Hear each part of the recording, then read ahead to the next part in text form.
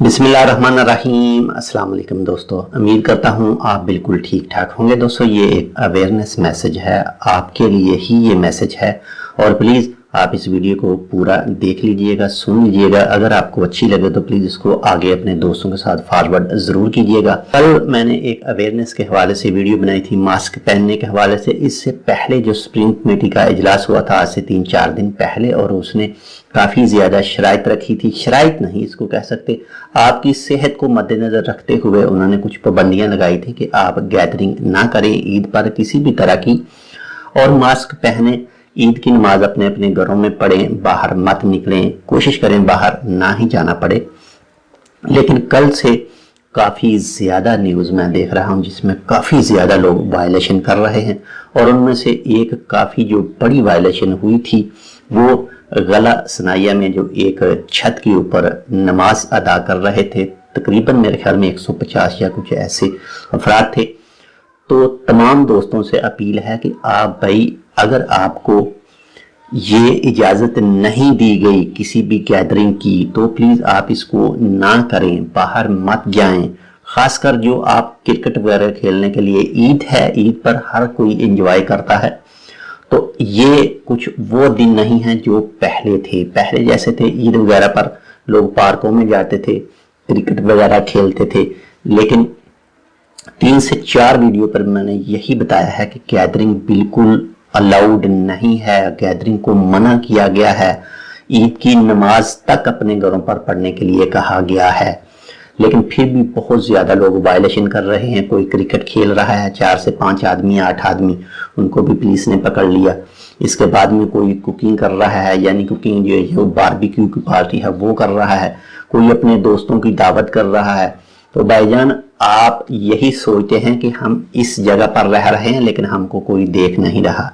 भाईजान, आपके साथ वाला कोई भी आदमी हो सकता है, आप में से ही कोई आदमी पुलिस को फोन कर दे तो आप जेल चले जाएंगे। इसके अलावा आपको बहुत बड़ा जुर्माना पे करना पड़ेगा। अगर आप एक गैदरिंग पार्टी ऑर्गेनाइज करवाते हैं तो आपको 1500 रियाल पे करना पड़ेगा फाइन, और उसमें जितने भी लोग होंगे उनको भी 100 रियाल पे करना पड़ेगा पर आदमी के हिसाब से। तो प्लीज इग्नोर मत करें ऐसी चीजों को।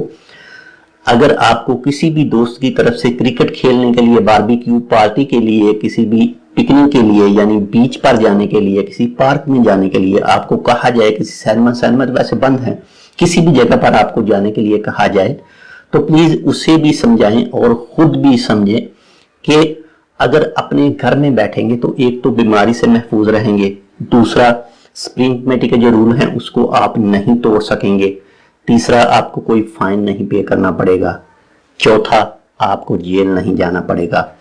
आप सेफ रहेंगे, आपके साथ वाले सेफ रहेंगे और आपकी फैमिली सेफ रहेगी। अगर आप हर किसी चीज को ऐसे ही नजरअंदाज करते रहे तो हर चीज का आपका नुकसान होगा।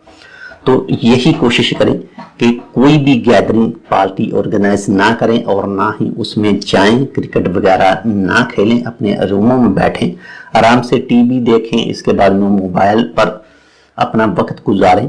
तो यही सबसे अच्छा है ताकि मजीद इस बीमारी को ओमान के अंदर फैलने से रोका जा सके। इस वक्त काफ़ी ज़्यादा दोस्त हैं जो अपने अपने रूमों में बैठे हैं, खाने के लिए पैसा नहीं है, अपने घरों में भेजने के लिए पैसा नहीं है, किराया देने के लिए पैसे नहीं हैं उनके पास।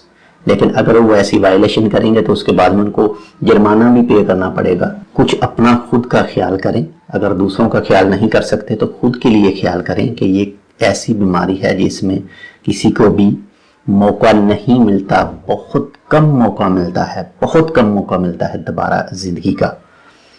तो प्लीज इसको आगे शेयर जरूर करें, और जितने भी सुप्रीम कमेटी ने आपके साथ रूल शेयर किए हैं प्लीज उनको फॉलो जरूर कीजिए ताकि आप महफूज रहें, आपके साथ वाले महफूज रहें।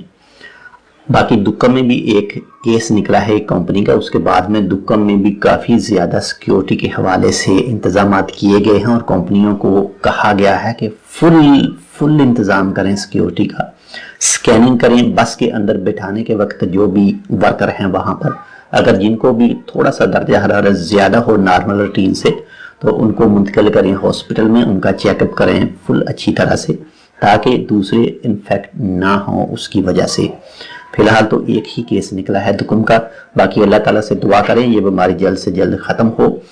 ہم لوگ خود کوشش کریں گے تو یہ ختم ہوگی، باقی ہم لوگ کوشش کریں گے، باقی ختم کرنا اللہ تعالیٰ کا کام ہے، ہمارے ہاتھ میں نہیں، لیکن ہم خود تو کوشش کر سکتے ہیں اپنے گھروں میں بیٹھ کر۔ تو یہ ایک چھوٹا سا میسج تھا، انشاءاللہ ملتے ہیں کسی دوسری اپڈیٹ کے ساتھ، تب تک کے لیے اللہ حافظ۔